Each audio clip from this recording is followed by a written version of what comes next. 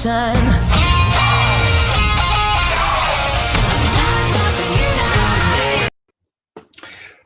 We are certainly not in jeopardy. So today I can do a little bit of whistle blowing. I can blow the whistle on today's guest. He is worldly wise. I trust him implicitly, and he is certainly not coy.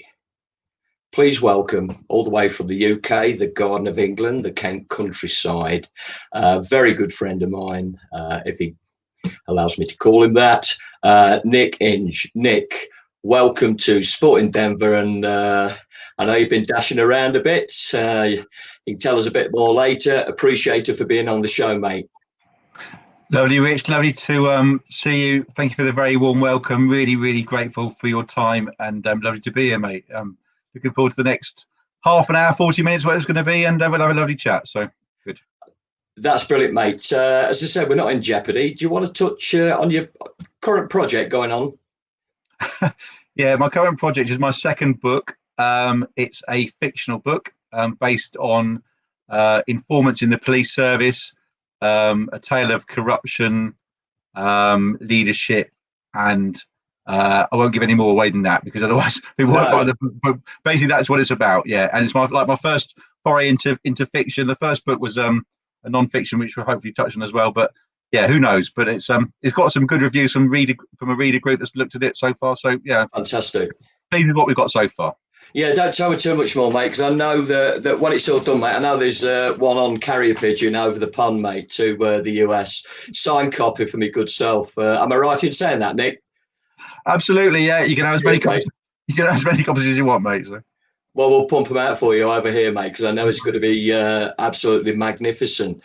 Whistle blowing, which first kicked off your journey into writing. Do you want to enlighten us on how that came about, Nick, and what it's about, mate? Yeah, so my journey is that I used to be a police officer in the UK. I retired last summer, having done just over 25 years in the police. The majority of my service was spent in what they call covert policing, which is working with informants and recruiting informants all the way from shoplifting through to counter-terrorism. Recruiting people in the criminal world is not easy. To get them to speak up about people that they know committing criminal acts. As well as that, I thought, you know what, I can take this skill set into the corporate world and set up I Just Assurance, which is my whistleblowing consultancy. It's always good to have a book behind you in terms of credibility. So, and I'm one of these sort of people in life where, you know, I just don't like sitting around doing nothing. In fact, I hardly watch any television, fill my time with other things apart from just getting fed stuff off the TV. So I thought, and I read quite a few entrepreneurial books, and they said, look, write a book, get your name out there, gives you the credibility. So that's what I did. Without further ado, wrote a book. So here it is, Exposing the Truth, Whistleblowing Uncovered, available on Amazon. 29 very good reviews, not all by my mum. I'll put 4 in, Nick. Yeah. Well, yeah, the check's in the post, mate. But cheers, yeah, mate.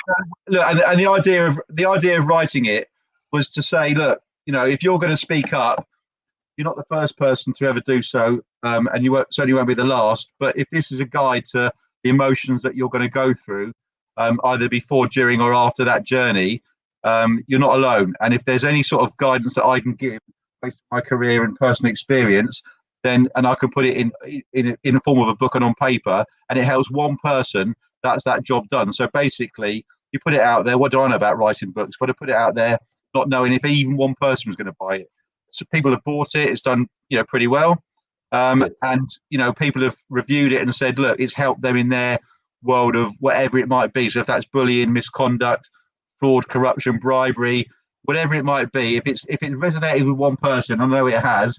That's the job done for me. So yeah, I'm pleased that it's a book, and look, it's a legacy as well. So when I'm no longer on this planet, or certainly living and breathing, and people go, do you know what, for my great grandchildren eventually, hopefully that'll happen. But they go, you know, my great granddaddy wrote a book, and here it is, and you know, it's served its purpose, and hopefully it might do even in 150 years. Who knows? But that's the reason why I did it, and it's it's a good talking point. It's certainly a good door opener for business as well, because people go, oh, you're an author. Yeah, I've written a book, and the vast majority of people haven't written a book, and they talk about it, but they don't do anything about it. And I'll put pen to paper, and here we are with the book. So yeah. I've read it, mate, and I'm a brutal sales pitch person. So if you've not got it, get it, because it's a great insight. Would you agree, Nick, that the book itself has helped, or maybe the idea behind it to help people overcome, you said not alone, overcome a little bit of fear, to have some courage, to see some insight into certain incidents and scenarios, enabling that person to get a grasp on the mechanics and maybe come forward? Yeah, bang on, absolutely, yeah. So it can be a really lonely journey, and a lot of people haven't got people they can offload on, because to speak up is a brave thing to do, and to speak up can be seen in certain circumstances as being seen as a grass or a snitch. But the whole terminology and narrative of whistleblowing is now being changed into speaking up and doing the right thing, and people are far more empowered to do the right thing if they can use that book as a bit of a crutch to go, do you know what, I'm teetering on the edge of whether to do it or not. And the vast majority of people, certainly in the past, but maybe not so much nowadays, would either say nothing if they've seen wrongdoing, or go sick in an organisation, or leave the organisation, or become what I call like an internal terrorist. So they go out of their way to try and make issues that will, get their revenge, I suppose, in the organisation. But the modern way of doing it is find a process within any organisation to go, do you know what, I'm fed up with seeing whatever issue it is, whether, like I say, racism, misconduct, corruption, bribery, and I'm going to do something about it, because if they don't do something about it, it'll continue. So the bullies of this world and the people that are doing wrong within organisations generally got to the positions I would suggest by bullying their way through the system, and people being scared to do anything about it because they're worried about their career, their friends, their mortgages, their family, and they don't want the hassle of speaking up. If this book, literally, people can pick up, and it's not War and Peace, it's not chapter and verse, it's literally, a few pages, not a few, it's more than a few pages, but it's a few pages to go, do you know what, it's not written by a psychologist, it's not written by a doctor, it's someone who's been there and done it and spoken to countless people who have gone, do you know what, I'm not quite sure. We've gone, look, if you don't do it, this criminal episode is going to carry on, right? Regardless of what, if you don't, you're the one who is the link to, these villains being taken to and being held account, right? So in the corporate world, if and it's on a different scale, but it's always massive in that person's world. If they've seen something going wrong, and they go, honestly, it'll affect your head. It'll go, and people get so frustrated with wrongdoing. But if this book, like I said, can help someone go, do you know what, I'm going to do something about it now, like I say, that's job done. So it's like a spiral effect. If you get into that indecisive mode, it's like quicksand. The more you think about it and don't do anything about it, you keep sinking. Oh, absolutely, yeah. And you can see through history, and certainly modern history, where things that have gone wrong that have hit the press and been in the papers and on the TV, on the television, where people have gone, do you know what, that sexual abuse scandal, for example, people knew about it but did nothing about it. And I'm not going to name organisations because it's not fair on this forum, but you see, and I look out for whistleblowing, speaking up news items every single day, and I see it all the time, and I'm going, right, there's a bribery issue, there's a corruption issue there's a whatever it might be. And certainly in lockdown in the UK, we've noticed organisations are far more willing to allow their staff to speak up in a structured way, because they know if they don't, the staff will go to social media and vent their frustrations on there. That's my consultancy side, not what we're talking about in terms of worldly wise, but people are far more prepared to do something about it now than they ever used to be, I suggest. And that can only be a good thing, because all the things that hit the press after 20 years of child abuse, God forbid, and all this sort of stuff, is if there'd been a system possibly in place where people were more empowered to speak up and more encouraged to speak up, and they were taken more seriously in the day, then maybe there'd been a hell of a lot less victims. And that's what it's about. It's not, it's about the victims, and if someone knows something, they've got to be prepared to stand on and do something about it, because if they don't, there's going to be more victims in terms of whatever that might be. So I get very passionate about it, Rich, as you know. I know, and I just want to stick on one thing. I want to ask you a question, and just be brutal with me if I'm wrong. I see it as, having read it, I see it on a two-tier effect. there's that extreme side where, the end product is, somebody suffers badly, the victim, and the end product of that is whoever organization, single person, gang, gets found out and there's serious consequences. Question to you, do you think the book also helps to find out that problem issue with the offenders and the victim to maybe settle it before it comes to that extreme end?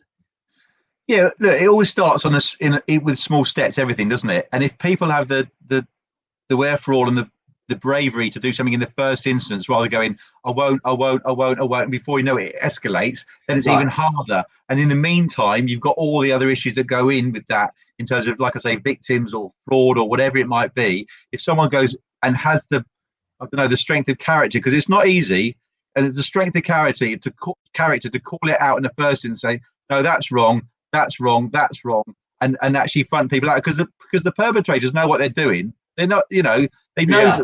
But half the time, no one's got the bottle to call them out. And maybe I've got to a point in my life where I certainly would have done it when I was 18, 21, 25, 24 when I joined the police. But as you get old, you're thinking, I'm not going to stand for this anymore. Why should anyone stand for any wrongdoing, regarded in any walk of life? People get away with it because people are too scared to do anything about it. And I'm not the new messiah when it comes to speaking up, but I know what I've seen in the past, and I've dealt with lots of people who've found the bravery to speak up and in their world changed and known they've made a difference, because it's their bravery and skill of the police, I suppose, in terms of keeping them safe and not being found out. But it's them who realised that if it wasn't for them, that criminality, for example, in the criminal world would have continued, and in the corporate world, there is criminality as well, but even if it's on a relatively minor level in terms of wrongdoing in your own office, for example, whatever organisation you work in, people need to call it out, because why not? And in the US, I think certainly a cultural difference maybe, and I have never lived in the US, and I apologise if I'm getting it wrong, but I think people are far more prepared to call things out in the US. In the UK, there's the sort of stiff upper lip, don't say anything, head down, and that's not right. It should never be right. And this is maybe one of the reasons why society's got to the point where it has done, and I'm not going to get political about it, where things have been allowed to continue because people have been encouraged not to speak up because it's not the ethical thing to do. It's not the right. No, hold on a minute. There's victims at the end of this, and they're the ones who need to be counted, not your corporate organisation's reputation. Yeah, because your reputation will be far more enhanced if you have an open and transparent culture, because people know that that's a great place to go and work. And it's not about calling it out, it's about raising issues and let everyone have a voice. And someone at the top's going to make a decision. That's what they're getting paid for. But let everyone have a voice and show that they're part of that organisation and they want to improve it, instead of saying to them, don't keep your mouth shut, don't say anything, just let me get on with it, because society's not like that. And you'll see around the world, I'm not into cultures and everything else, but you can see there's this real groundswell around the world where people don't like dictatorships and corruption in terms of politics and money being siphoned off where it shouldn't be, and they get frustrated by it because they're going, they talk about the division of rich and poor getting wider, and people are going, hold on a minute, why are people creaming it off the top when it's, and this is not political at all, but why should people be suffering when they haven't got money, when people are going in, embezzling it and basically circumventing the proper systems that are in place because they're either greedy, selfish, and don't care about their fellow humans. And it's all about that for me, regardless of creed, colour or background or ethnicity or race. It's not, do you know what? It's just about treating people fairly and equally across the planet. And so that book, like I said, I'm going back to that book. That's what it's about. It's a case of, do you know what? Allowing people, giving them the space to speak up, encouraging through the book to speak up. But once they have spoken up, listen to what they're saying, not just burying it and sweeping it under the carpet, because that's what's happened for so long. And look at the issues that have come out of that because of what's happened, because they haven't been taken seriously, or people go, oh, shut up, we'll deal with that. Hold on a minute. No, listen to what their concerns are, and take them seriously. And the person speaking up can't be judge and jury. The organisation at the top's got to have an open, transparent and honest culture about it and go, yeah, we're listening to you, but these are the reasons why it's happened. And yeah, look, so thanks ever so much. Thanks for being brave. I know I won't name him in the US, I was told a few months ago, there's an organisation that basically encouraged their staff. It's a very big organisation in the US. They encourage their staff to speak up, and every year at their annual dinner, I think they present them with a prize. The person who's not spoken up the most, but made the biggest change because they've been brave to do so, and encourages everyone else to do so. So, it's not encouraging a grassy type snitchy environment. It's a case of, do you know what, if there's wrongdoing, you want to hear about it, because ultimately for big organisations, certainly in the UK with public listed companies and everything else, or public limited companies, what happens is the share price dies and everyone loses out then. So why just call it out when it's a small issue, get taken seriously, they'll deal it, nip it in the bud, and then move on, and then the organisation's a better place to work. There you go. I hung on every word you said, and maybe the cultural difference of speaking up between the UK is different. So, I would advise certainly people here in the US, which is my adopted country, have been very good to me over 20 years. Have a look at it, and there may be some ideas on that cultural side and the approach to it. Yeah, so, I would say this as well, Rich. Sorry to cut across you. No, you're great, mate. Go ahead. I would say this is that you look at, say, the example of going into a restaurant in the UK, right? And I'm probably one of the biggest culprits. The waitress or waiter comes across and says, "How was your meal?" And they go, "Yeah, it's great." And then you go off and that was, what? In the US, I think people are far more prepared to call it out and go, "Whatever it is, this is not quite right," because correct. I don't know, is that right? And maybe if that then transcends across different sort of, I don't know the wrong word, genres of wrongdoing. I mean, a bad meal is a bad meal, right? It's not on the scale of bullying, but people are far more prepared to call it out in the US. England, they'll go on anonymous, like go on TripAdvisor or something, and slag it off behind the back of the restaurant. But instead of addressing it at the time, I mean, as I've got older, I will call stuff out more, not because I'm cocky or overconfident or cheeky, but I'm going, if it's wrong, it's wrong. Or, I mean, my wife's a great example of that. I mean, maybe I've learned so much from her in terms of that side of stuff. But if it's wrong, and just say it's wrong, and people go, all right, fair enough, it's wrong, and they'll replace your meal, or because they'd rather hear it than 20 people have a bad meal, and the chef's rubbish, and everyone gets a bad meal. What's the point of that? You might as well call it out to start with, and then the other 90 people in the restaurant get a decent meal, for example. What a perfect example of just condensing the book into a restaurant. With all due respect, Nick, that's a clear picture that everybody has been in a restaurant. I'll probably never get a meal now in the UK again, but the service industry with those people and in the trenches, the infantry bringing the meal to the table is far superior than the United Kingdom. I'm going to move on before I never get fish and chips over there again, mate. Hey, talk us about your school, your education, going through university, and then your travels, mate. Okay, yeah. So look, thank you. My father was in the army. I went to an army boarding school from age 11 to 18. Then took a gap year. Went and did a few jobs, which are interesting in terms of working on a hovercraft, working in a private school as a student helper. Went traveling for a little bit in Europe, and then went to Newcastle Polytechnic in the day, got a degree in economics. Did that for 3 years, and then decided I was going to take another gap year because I didn't really know what I wanted to do. So I paid off my student debt to a point, which is the bank account, not my student loan, and then went off to Australia with a one-way ticket. My parents thought I was absolute crackers. I had a 1 year working visa, it was in the day. Went off to Perth, landed in Perth with all I had was a travel brochure, right? So I landed in Perth. Brilliant. I can still see it now. My parents must have been tearing their hair out with me, but off I went, and then basically I sort of ran out of money and travelled around and hitchhiked with some friends that I met out there. Well, made some friends and hitchhiked around with them. Flew to Sydney, worked in a building site, smashed my tooth in Sydney in a pub called the Henry IX, which is an Irish bar. Love story. Yeah, another story. Yeah, is that tooth there actually? But anyway, there you go. Had a great time, met some brilliant people, and then I did run out of money. And then my dad was in the army, like I said, he got posted to Hong Kong. So I basically took the coach up the east coast of Australia, flew out of Darwin, via Brunei, and ended up in Hong Kong. So needed to get some money. Saw an advert in the local paper in Hong Kong.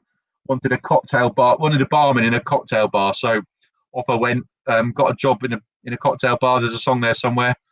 Yeah. And then my wife, don't start singing it, Rich, will you? I promise, no, mate. Don't you want me, baby? There we go. Go on. Yeah, so my wife, who wasn't my wife at the time, came in with her two friends to get a job as a waitress in this cocktail bar. Anyway, we ended up getting together and then travelled around China together, met some fantastic people. Yeah, went to the Great Wall, went to Beijing and Shanghai, and then flew back to Hong Kong because we met some brilliant people who just put us up and looked after us. I learned, loads of life lessons about, I haven't even touched it now, but just getting off your backside and going doing stuff. Flew back to the UK, got a job, basically training as a charter, and realised after I was there a couple of weeks, maybe a couple of hours, without being too disingenuous to that role, but it wasn't for me. So my neighbours, one was in the Metropolitan Police in London, the other was in Kent Police. Chatted to them and thought, wow, this sounds like a great job. I had no intention of joining the police, joined Kent Police, and there we are. So sort of touched on my career in terms of informant handling, went into plainclothes policing, as it was in the day, sort of 3.5 years into my service, and did different things in terms of bit of surveillance and informant handling. Yeah, through from working with local divisional policing, as they call it, which is sort of burglaries, car crime, drug dealing on a local level, through to the counter-terrorism side of things with the people in London. So which is fascinating. Then I got promoted, went back into uniform, became a custody sergeant, booking people in to custody, worked in uniform again as a supervisor in a place not too far from where I live now, and then go back into informant handling as a supervisor. So I did the sort of same gambit as I did as a young police officer. So yeah, and here we are, Rich, with a couple of businesses, and whatever. So and a couple of books and great family, lovely friends, great life. Can't ask for more, mate. Honestly, I'm a very happy man.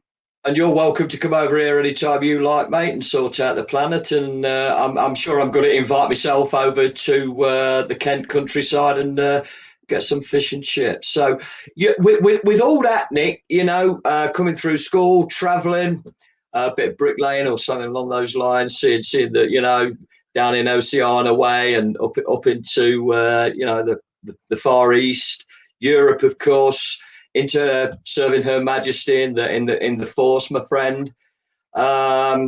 Books coming at the end of it.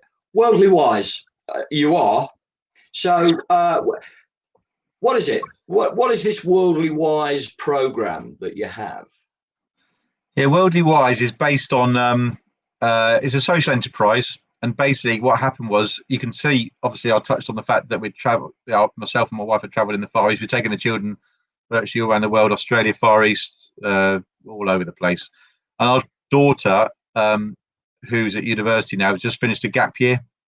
Right. And she was going off to Southeast Asia back in October 19 with her two friends. As a parent, we were concerned about her safety, being 18, and as you do, because that's rolled itself round, Nick, from your parents to you going off, and there's the mirror image, right, mate? Tell me about it. And our daughter's children will probably be in the same position. There you go. So we tried to get on a backpacker safety awareness course. They did exist. They were quite pricey, and they were fully booked anyway. So I've got a good friend of mine who trained me in self-defense when I joined the police. He's got a self-defense type conflict resolution company now called NVC Awareness. Really lovely man called Travell Henry. He came in the house and created a bespoke course for the three young ladies. Sound like an old man talking down to people, doesn't it? But three daughters, and they really loved it. At the end of it, I said, look, it's one thing that keeps you safe when you're traveling in terms of cultural awareness, or not getting your drink spiked or whatever, or the physical side of stuff.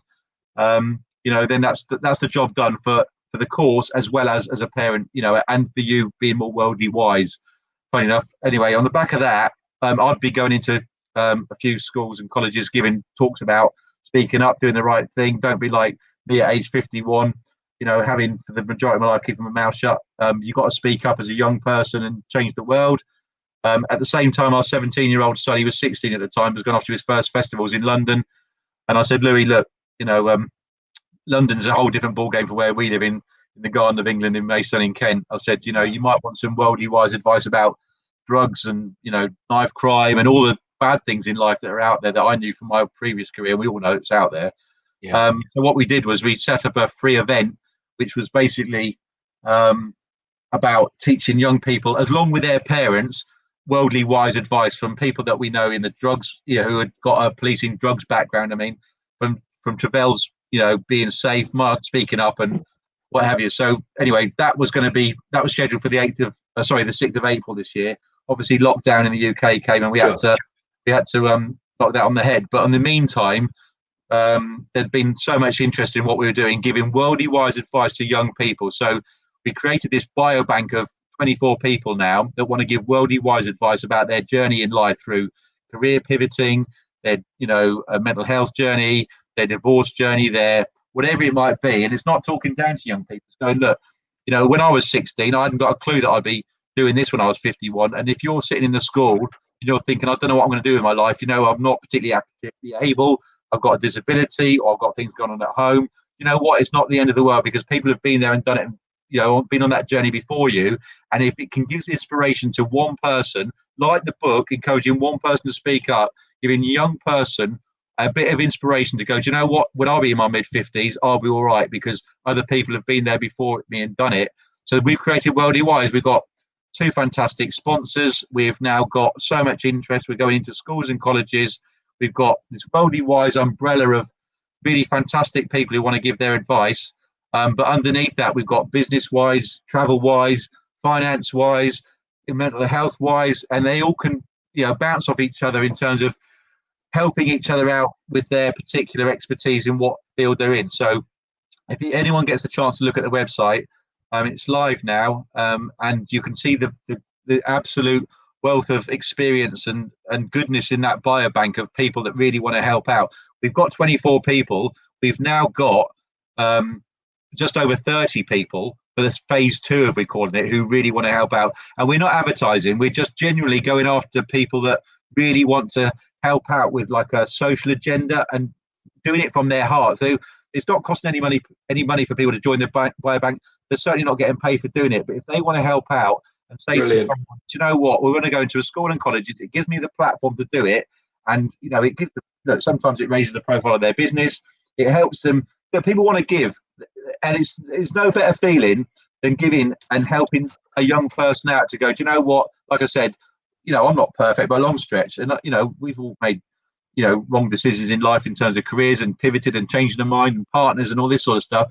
But if we can say to people, you're not alone, people have been there before and done it. Brilliant. It changes one person. It inspires. It's not cheesy, Rich. Honestly, this is no. No, I'm all over it, mate. This has come out of a journey of my daughter and us as a parent. In the same way with the book, that's not me sitting down going, I don't know anything about speaking up. Right, the journey of Worldly Wise is a true journey, and it's grown. And this sounds cheesy as well. It's grown organically and for the right reasons, and we've got the right people involved for the right reasons. Because, like I say, we put a big advert in the paper, on the TV, saying, "Help us! We want people. We're going to make a lot of money out of this." It's not what it's about. It's about helping people. And if that hopefully comes across in this podcast interview, whatever it might be, then that's the job done for us. And in 30 years' time, people can look into the archives of sport in Denver, which is a fantastic thing you're doing, mate. Honestly, it is amazing. And they can look and they look, what was that thing called? The internet, and now it's moved on into something else. And there was 2 blokes who were sitting there you had headphones, and I was just talking to my computer. They look back and go, do you know what? That was the start of a journey for me as a human or as a person. And these 2 fellas, gave us the platform to do it, or whatever it might be. That's what it's about, honestly. And when I'm no longer here in 30 years' time, or I am, but I'm not actually breathing, but that's what it's about. And there's a bloke in Maidstone in Kent who created this website with his mate Travell, and they had some sponsors, and people believed in it. And now, it's a worldwide resource. So this is where we want to go with it, mate. We want to make it a free resource for every kid in the world, right? So that teachers in the US can basically look at the biobank on Worldly Wise in the UK and go, do you know what? That person's journey could be really fantastic for our students in the US. And we're going to do a recorded Zoom meeting with them, play that for students, talk about criminal justice, sport, mental health from a UK perspective. And in the same way, a teacher in the UK can go, do you know what? We want to speak to someone in the US biobank in Colorado, and what a different journey, or in India or China or Australia or somewhere else in the Far East or the South America. What a fantastic resource that is for teachers, and make it free. So we're not charging schools for this. We're making sure that every kid in the world, and this sounds very ambitious, but I'm like that in life. You can tell by writing 2 books and what I do in life, traveling, going back in the day. But if we can make it accessible for every kid in the world, which gets an inspiration from wherever it is in the world, it makes the world a smaller place and a better place and a friendlier place. Because the world is a fantastic place. I know we read the press and there's terrible things going on, but do you know what? The vast majority of people are friendly, nice, and want to help each other out as humans. And if we can tap into that vein of community spirit on a global level, that's what it's about for us. I totally get it. Sport Endeavour, myself, total advocate. Onward, further forward through the rest of this year, 2021. You can rest assured that we're not on a warpath, but we are on a mission. And you have a vision, and I'd like to help you and Sport Endeavour and my friends, good friends, to get this rocking and rolling right across the United States. Now, we met through Koi Sports, through the very, very, very interesting, talented and amicable David Johnson Rayner. And that was about, Nick, I want to say about 8 months, maybe 7 months ago. This is how this has all transpired from that with what you're doing. And as our friendship relationship evolves, so did Sporting Denver. We're just trying to say, hey, here's Denver. We've got some stuff going on here, and bring into Denver what we've got, which is one of the reasons why you're on this show. And it was all about the I trust, which is sort of connected with everything you do. What's I trust, Nick? Yeah, so I trust is my consultancy. It's a whistleblowing consultancy. So basically, we help organisations create healthy speak-up cultures. So we supply a digital platform by which people can do that. We partner with a company in Dubai, and we act as a third-party administrator. So our unique selling point is our background in covert policing, I suppose, in terms of looking after and keeping safe criminal whistleblowers, and we're doing exactly the same. So there's no one else doing it in terms of what we're offering as a unique service. So that's what it is. Our son, I touched on earlier, Louis, he's a bit of an entrepreneur. So you can tell us as a family, we don't sit around. And he's had a business for 4 years. We learned a few things from his waffle business about business. And I don't profess to be a business expert. However, when he first started his waffle business, it's called the Bubble Waffle Company of all things. His football manager is a really lovely fella, and we said to him in the pub after training one night, Louis was obviously drinking lemonade, I was maybe having a shindy, and I said to this fella, John Roberts, who's a smashing fella, I said to him, give us 3 tips on business, John, please. And he went, people by people, it's all about the money and social media. And for Louis and certainly me with I Trust and Worldly Wise, we stuck to those three very basic principles, haven't gone far wrong. So what happened was, with I Trust, I created a Twitter account, started following various different organizations in terms of speaking up, sport, really just ethically fantastic companies, one of which is Koi Sports. And Dave and I connected on Twitter, had a conversation. I still remember our first verbal conversation. I was going up the motorway in the car to go and visit the English Football League in terms of their safeguarding lead. And David had a conversation. Yeah. It's gone on from there. And look, the power of networking like this with Dave, who he's been fantastically kind to introduce me to, it's just opened up a whole world. And if you get off your backside, you go and speak to people, you knock on a few doors, you're nice to people, you're welcoming, it just opens up a whole world of opportunity for you. And Dave's been amazing to me. I can't thank him enough, honestly. And that is from a conversation in a pub a few years ago after football training with my son, and you listen to people, take their advice. In fact, it was Worldly Wise advice, Rich. There you go. Right? Yeah, brilliant. All about people, all about the money, social media, right? And that's Worldly Wise advice, and that brings the whole thing full circle in terms of Worldly Wise, I suppose. So that's what it's about for me, and just meeting people, being nice, getting off your backside, like I say, and knocking on a few doors, and you never know which one's going to open. And here I am speaking to you live in Denver, Colorado, mate. I mean, who'd have thought it? My friends are still in the police going, how have you ended up doing that? And I'm going, because I have. And it's not being, over egging the pudding in terms of what I'm doing. I'm just trying to be nice and friendly and happy, and like I did in the police, and it opens doors, mate. And, and you're going to come across a few wrong uns on the way, and that's just life. But as long as you understand that as you get older, and I think I have to a point now, and who knows where I'm going to be in a year's time, 5 years time, but all you do is give it a crack, and I trust is certainly that. I'll give it a crack. I sat in a pub a few years ago when I decided I was going to do it, and I said to a good friend of mine, I said to him, well, I've got this idea of a whistleblowing business. He said it's called a consultancy, and here we are with clients, people, the word out there, a LinkedIn account, a Twitter account, a website which I'm very proud of, and fantastic friends. And they're not just clients, and they become friends. And they're and you and Dave, amazing. Honestly, I can't thank people enough. Generally, it doesn't cost anything to be nice or have good manners, does it, Nick? Absolutely not. No, what? And I go back to my parents. That's what they taught me. But it doesn't cost anything to smile. It doesn't cost anything to say thank you, please, be polite. But as long as you've got your wits about, you can, like I say, you're going to come across a few idiots. But then you just move on and ignore them, because you're never going to change them half the time. That's them. But the vast majority of people around the globe are lovely, and they help each other out. You're respectful. You work hard. You get your head down. You do nice things, and all of a sudden, before you know it, another door opens, and that's part of for the journey. That's the excitement for me, Rich. Honestly, I spoke to this fella last year. Someone very kindly introduced me to this multi-millionaire, 20-odd businesses in his mid-60s. Gave me 2 hours of his time. I drove to Essex to meet him in this hotel, and I said to him, "Why are you still doing it?" And I said, "Can you put your feet up, play golf all day?" He said, "I'm a deal junkie." He said, "I'm a deal junkie." He said, "I just like seeing where an opportunity and going for it." And this is what I'm doing with iTrust. Worldly wise, I've got a lot on my plate. I'm very busy, but I'd rather be that than sitting there doing nothing, moaning about the world and going, do you know what? It's a terrible place. No one's helping me out. No one's going to knock on my front door and say, "Look, I'm going to be a client of iTrust or Worldly Wise." Where you've got to go and meet people. You've got to go and do this, which is fantastic. And I love it. I don't even do you know what? I don't even find this work, mate. It's not because it's not work.